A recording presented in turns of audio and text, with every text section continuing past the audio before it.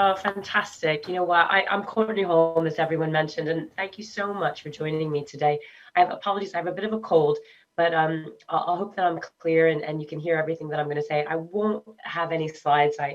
I'm a big fan of just having a conversation without any slides. So we have a lot to get through, but I'm so grateful that you're here. And it's a real privilege for me to talk about climate change adaptation from a broader perspective and one that goes beyond reporting requirements and risk mitigation for business operation so that we can actually include people and talk about people as citizens. So to get us started, I'd like just to share a little bit of a factoid. According to the UNHRC, the UN's refugee agency, an annual average of 21.5 million people have been forcibly displaced by weather-related events such as floods and storms, wildfires, and extreme temperatures since 2008. And we know that we can expect a lot more of that. So with that in mind, we're going to talk today about how we tackle climate change from a broader perspective, including people.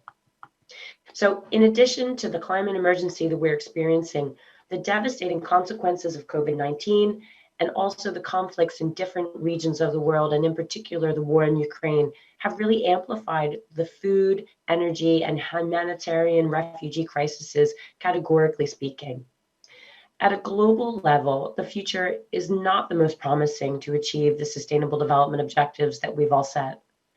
In fact, according to the latest UN Sustainable Development Goals, to avoid the worst effects of climate change as set out in the Paris Agreement, global greenhouse gas emissions will need to peak before 2025 and then decline by 43% by 2030, falling to net zero then by 2050. Instead, what we were actually seeing under current voluntary national commitments to drive climate action, greenhouse gas emissions will rise nearly by 14% by 2030. So certainly not going to hit that trajectory as we're supposed to. It's common when discussing combating climate change that the actions that must be taken are based on individuals, and they're seen as one of the main actors in taking action. We talk about individuals changing behaviors on the way that we consume and living in order to tackle the current emergency. However, to a lesser extent, people are taken into account, especially from an underrepresented and vulnerable community space. And they're one of the main stakeholders affected by climate change, and they'll continue to be. In the recent IPCC report, we've seen an estimate that 3.3 billion, to 3.6 billion people live in contexts that are highly vulnerable to climate change. And we're going to see hotspots of high human vulnerability that are concentrated in small island and developing states, the Arctic, Southern Asia, Central and South America, and much of Sub-Saharan Africa as well. We'll see poverty and limited access to basic services, conflict, and weak governance limit adaptability to climate change, resulting in a humanitarian crisis that could potentially displace millions of people from their homes. The estimates are showing that by 2030, 700 million people will be at risk of displacement by drought alone. So it's clear that we need to consider climate adaptation to address a just transition. A just transition is really about creating dialogue to ensure human rights and social objectives are met alongside climate goals. And according to the UNFCCC, adaptation refers to adjustments in ecological, social, or economic systems in response to actual or expected climatic stimuli and their effects. So it refers to changes in processes and practices and structures to moderate potential damages or to benefit opportunities associated with climate change. What this means in simple terms, really, is that countries and communities need to develop localized adaptation solutions and implement action to respond to current and future climate change impacts. To be truly just, it is critical that climate change adaptation strategies are not solely about Western world compliance or business continuity as we see now, but should also put people and the planet at the center of the solution. It's important then that we start to think about, along with living in balance with Earth systems, as a lot of us speak about, that society must also regenerate our social systems. And we need to start thinking more about a modern community that's based on inclusion, equality, well-being, and justice for all citizens. So clearly, there is a role for governments and the private sector, and also the third sector, with partnerships becoming critical to regenerate our social systems. Now, although the efforts by many sectors, government, private, third, and academic sectors, amongst others, have been really significant, it's necessary to promote more effective articulation and to speak in the same language across geopolitical boundaries. Climate change adaptation is a social process, and there are social dimensions of climate change that need to be addressed by multilateral collaboration. And that's driven by business, but also needs to be backed up with strong legislation. What we're seeing now is that all sectors need to transition the global economy and reduce carbon emissions, but it's also necessary to embed social sustainability principles to make the transition just one, fair, inclusive, and as equitable as possible for everyone concerned. And this will create decent work opportunities, social inclusiveness, and poverty eradication that leaves no one behind. I am a firm believer that technology can be an enabler in promoting climate adaptation. I've based my career around it, to be honest. And I think that, by helping companies to see that sustainability is an opportunity to build long-term value for society, and that sustainability can be a source of competitive advantage and not just a compliance requirement, is partly about shifting the focus from risk avoidance to promoting and enhancing social inclusion, reduction of inequalities, well-being, and justice. So while adaptation is not solely about preparation, technology has practical applications like advanced weather modeling to inform governments, businesses, and citizens of imminent events, and also longer-term forecasts to inform built environment and infrastructure investment decisions.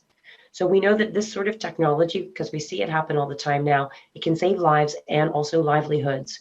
Because it's not just whether or not there's an infrastructure or a building or a city is impacted.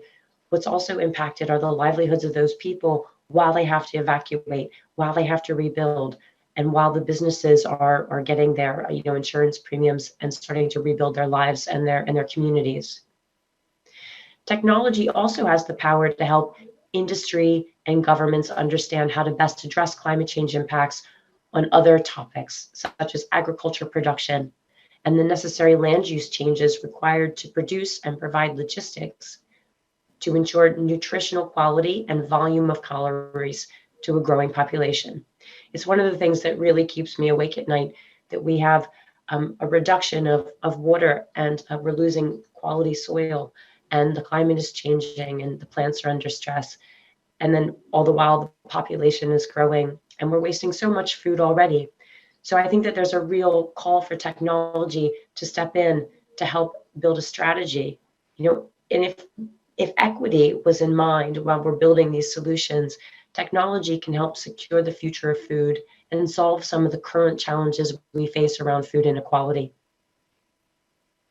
We also discussed today how climate adaptation is a social process.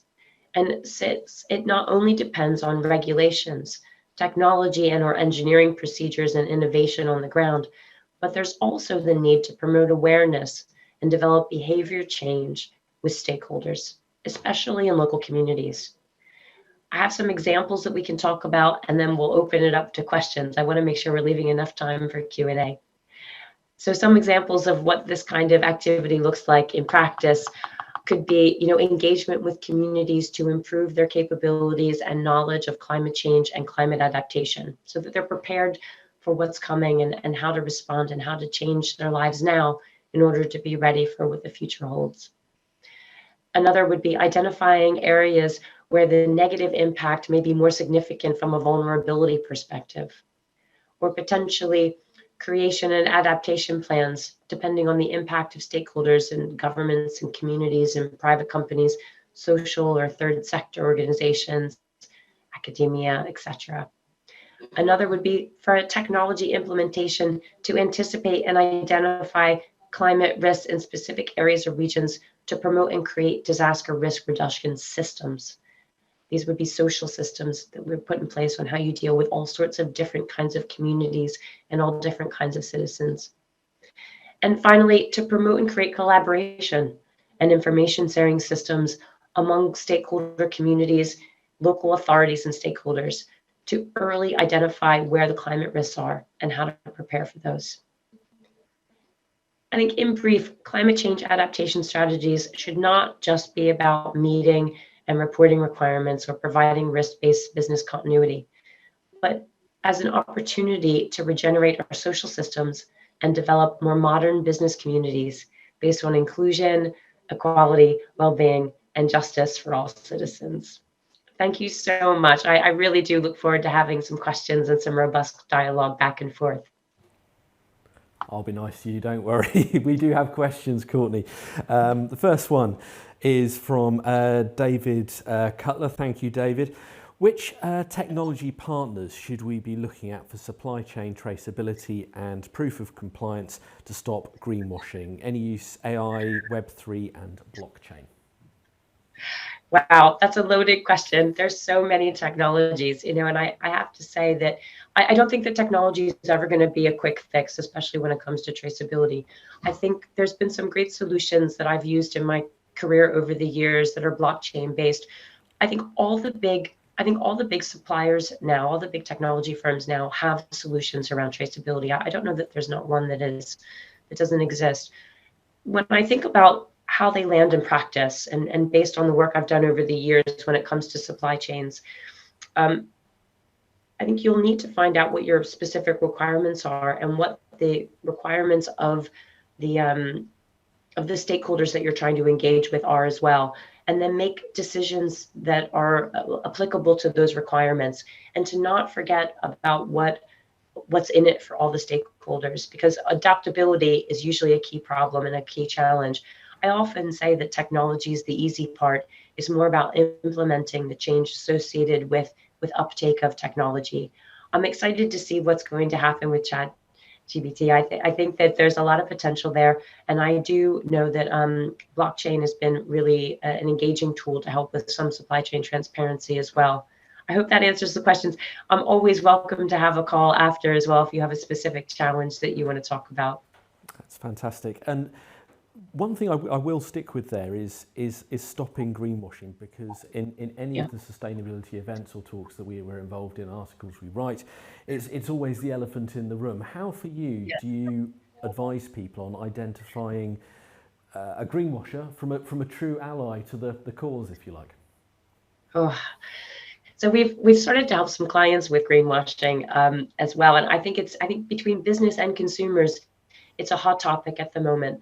For me, authenticity and brand purpose always ladder back for me. So I always look to see if the claims are in line with what the brand is all about, and if it doesn't make sense or it feels a bit funny, you need to trust your gut. I think when it comes to investment strategies and portfolios and more financial terms, it's really difficult to ascertain because there's not enough globally aligned guidance and there's not a lot of enough regulation. I'm hoping with the new guidance that's coming down out at some of the European countries are coming up with some more guidance to help with the financial sector align. I think that we'll see some alignment there, and that'll be easier to tell. I think at this point now, all you can really do is do research. You have to potentially look at what they're saying and be sure that you can believe in the messaging and do some research and due diligence to support the claim. Another question that's come in here through the app, so do keep them coming in for all of our speakers today. This one says, it's fairly similar to our first question from David, and that's which tools and software would you use to help leaders in a company assess their ESG strategy and set goals and metrics to accomplish them? It's another one. There's so many on the market. We've actually created a decision support module to help companies shortlist the top 3 solutions that we think are meeting their business requirements. I think there's a lot of ESG reporting solutions out there, from small vendors to the large technology firms. I like to be technology agnostic always, but I think it's a matter of taking a look at your existing architecture, number one. So what kind of solutions do you already have? Where do you already have licenses? What technical assets can you sweat within your organization already? The second bit would be look at your KPIs, understand the data flows and where the information is coming from your business and what kind of gaps you have. And do you need to, to procure industry average data, or do you have a lot of your own data that you can leverage? And can you automate that data? So where can a technology solution potentially help you automate some of those reporting flows? And then finally, to take a look at what the business requirements are for your KPIs and what you need to measure and what reporting bodies and standards you're accounting to and measuring against. And then make sure that you're looking for technology solutions that are aligned to those reporting requirements as well, so that you don't have to touch the reports again. Because anytime that there's human interaction and a lack of automation, that'll cost you more when you're doing your audit for your independence, your auditing committee. So that's my best guidance. Again, it's another one that we can certainly help with if you want to have a conversation around specifics. But the world is certainly not short of ESG compliance reporting tools at the moment. And I've got one more question for you from Alex before we go to our next break. And that's, some mitigation measures have adaptation benefits and vice versa. For you, what are generally accepted methods to quantify adaptation benefits to ensure good decisions? It's a tough one, isn't it, Alex? Yeah. It's a good question. I think for me, when I think about baselining where you are before you get started is a really important first step. And then as you start to holistically look at your activities and how you're planning for your adaptation strategies, and then how you're living that strategy, to re-baseline consistently every year so that you can track your progress against your ambitions, but also so that you can re-baseline because the climate change projections potentially aren't going to be stagnant. What we know today to be true won't be the same as it will be in 2 or 3 years. The climate science is constantly evolving, as are the adaptation strategies. So I actually think that your adaptation strategies should be relatively short term, 3 to 5 years, not 10 to 20 years. And then you should look to refresh those in line with the new climate science and the new data that's being available, as we see the impacts of these extreme weather events and other scenarios unfold before our eyes. Courtney, thank you so much for joining us at Sustainability Live. Thank you. It's been a pleasure. Have a great rest of the day, everybody.